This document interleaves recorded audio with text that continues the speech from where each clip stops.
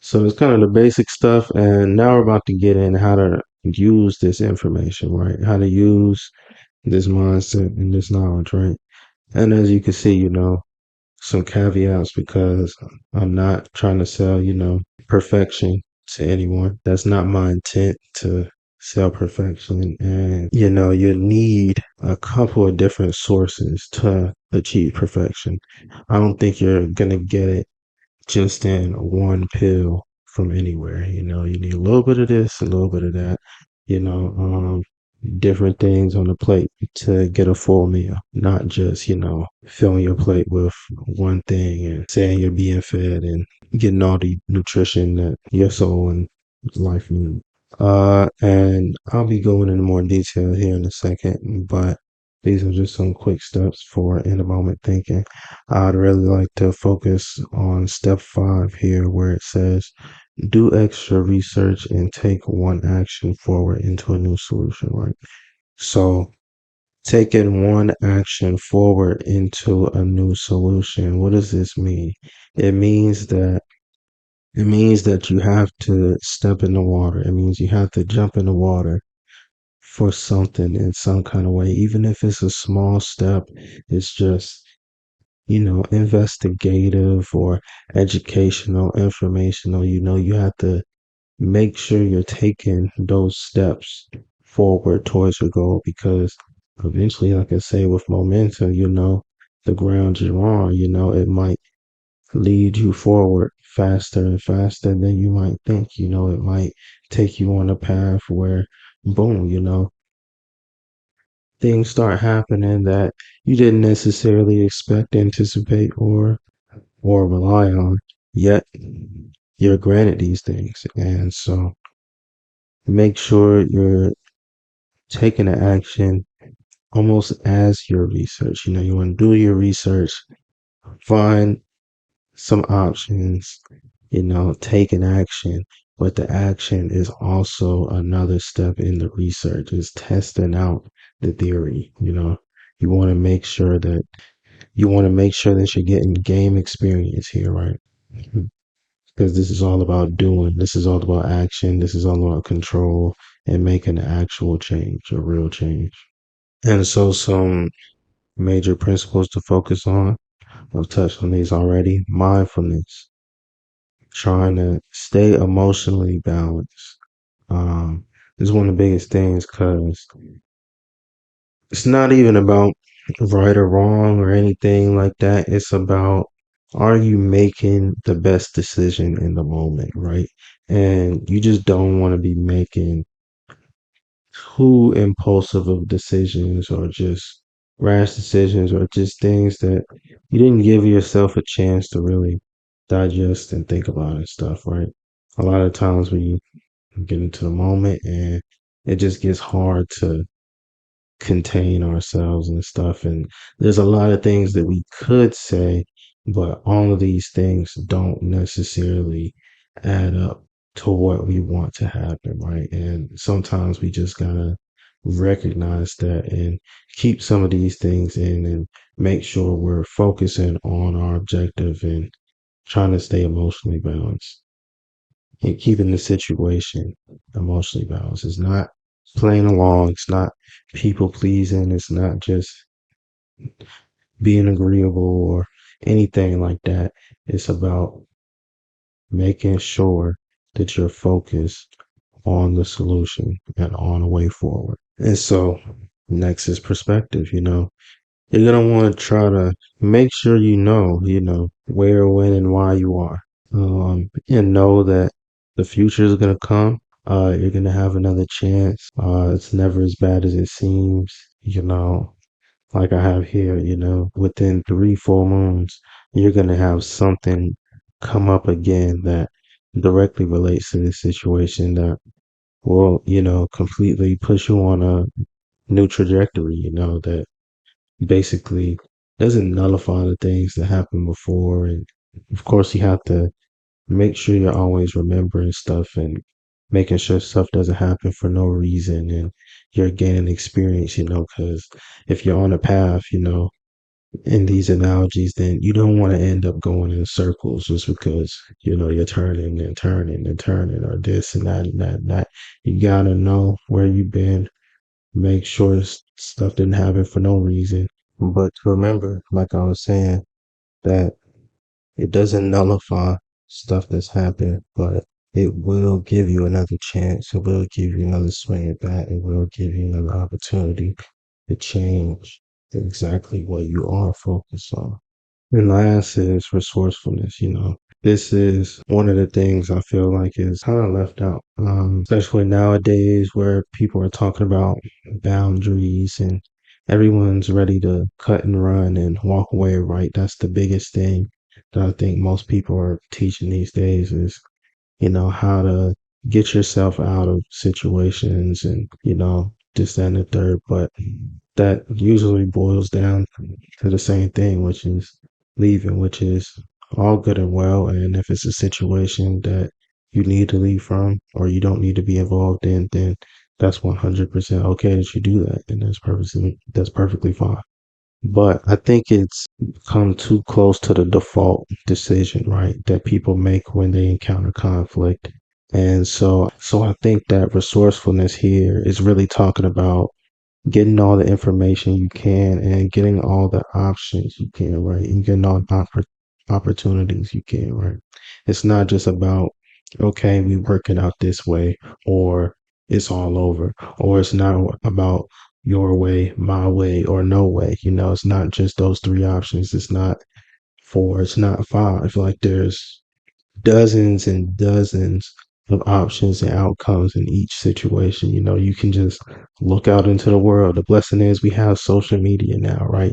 You don't have to have just a few anecdotal things or, rely on experience around you or whatever you can get your hands on. You can go and search out experience in a lot of different situations. And no, there's not always going to be a super big wealth of stuff that's just like your situation, but that almost proves my point even better that, there's always going to be a different way that people come into things, which almost guarantees that there's going to be a different way that people come out of things too. There are going to be a lot of times when you feel like you're trapped and you're not really trapped. You're going to feel like you don't have options, but you really have more options than you think. And you're going to be forced into these options sometimes anyway if you decide to not take action, or sometimes certain actions just lead to certain other places that were unexpected, because that's how life goes. So the main thing here is just to recognize, especially in the moments where we feel like I have to do this or I have to do that, take a step back, try to be mindful, get some perspective, and do some more research. Find a way if you can to test things out. Take one step here, one step there. See what happens, see what comes of stuff, plant a seed and see if any fruit grows, and just do your due diligence with your potential available blessings. Because a lot of the times we pass up great situations and better outcomes than what we experience because we're locked into this having to be this way, or this has to go that way because of maybe how we're feeling, how someone else is feeling, and maybe just a lack of information or experience or a lot of different things, right? So just don't tell yourself that you're trapped.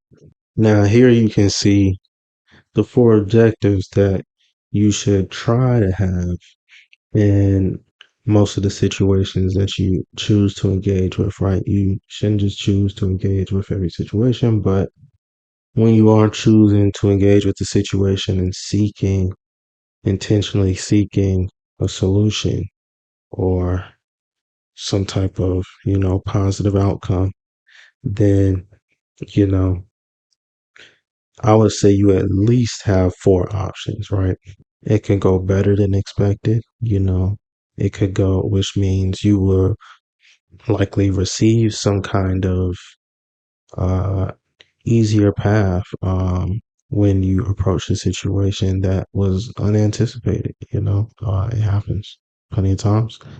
Uh, you could also, go in with your plan and, you know, or with your intentions, and stuff goes about how someone would reasonably expect it to go. And, you hold up your obligations to whatever, and you play your part, and things go as they should.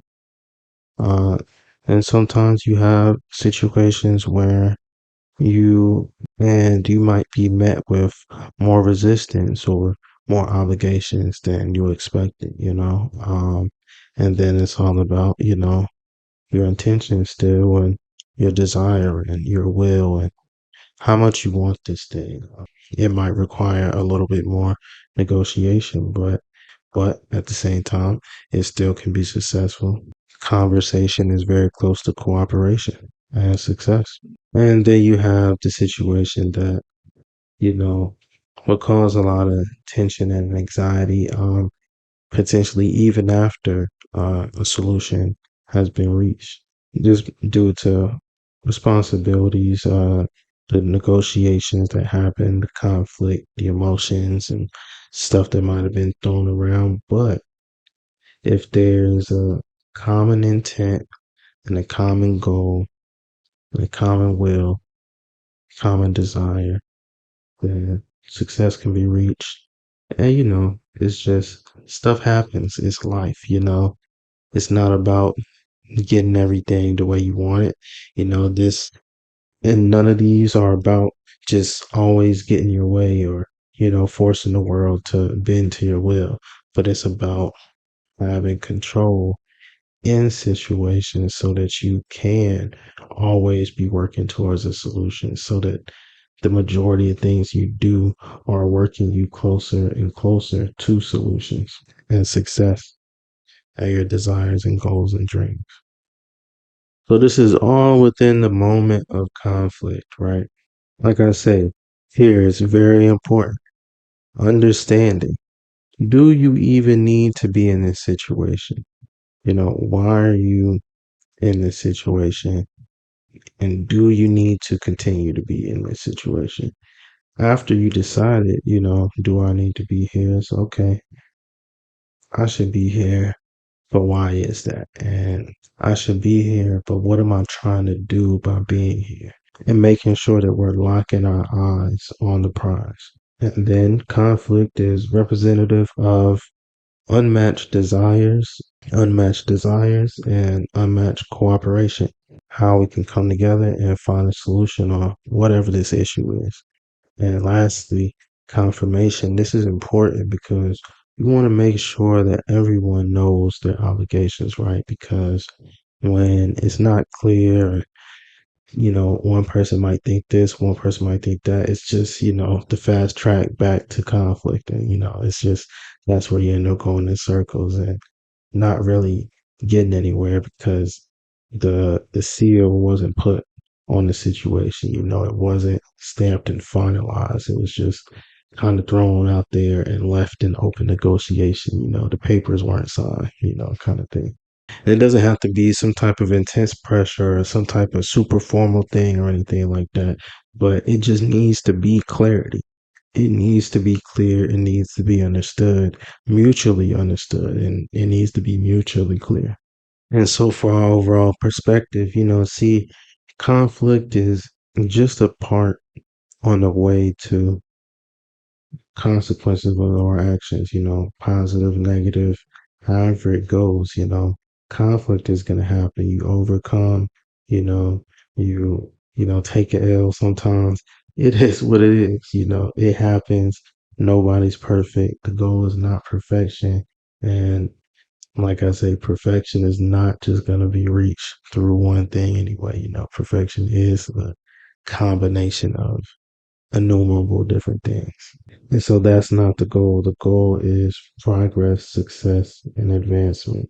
And as long as you have a grip on what conflict is and what your intentions are, then you can always make sure that you're pointed in the direction that you want to be going. So keep perspective. You have a plan, and the plan is gonna come into the moment. You have a plan, and the plan is gonna come into the moment. Flashing back to here, the plan can go different ways. It can go much easier, or it could face a little trouble.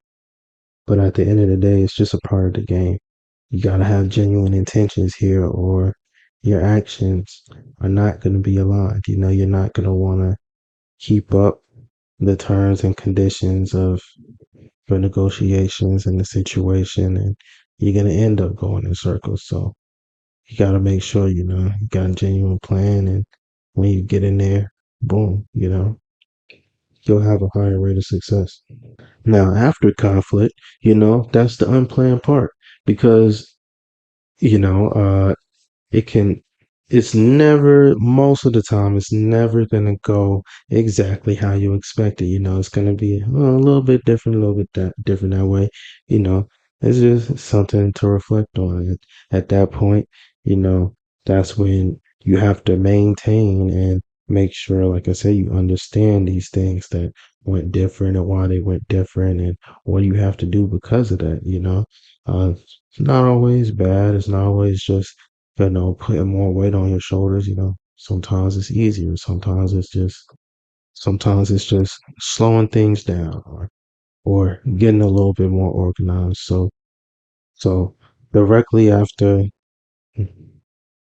the whatever situation or event, you have the effects of it. You have the cause, and then you have the effect. You have distant future, 1 month later, 1 week later, 1 year later, all these kind of things. And, you know, that's where you see, okay, the fruits of the labor. Were things maintained?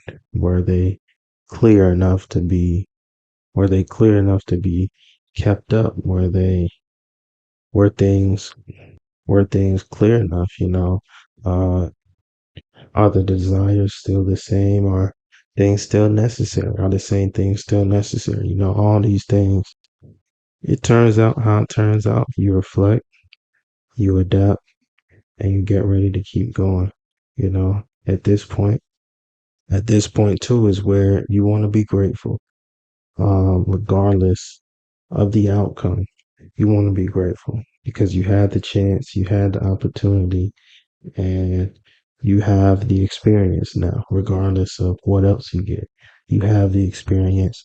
You have more information for more ways forward, no matter what. Now, thank you for watching. I hope that was palatable and digestible.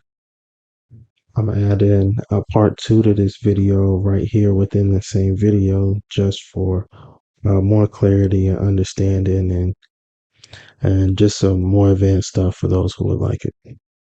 If you're still here and you learned something, please like, share, subscribe, leave a comment though. Like, for real, that's what I really want. Just talk to me, tell me what you like, tell me what you don't like.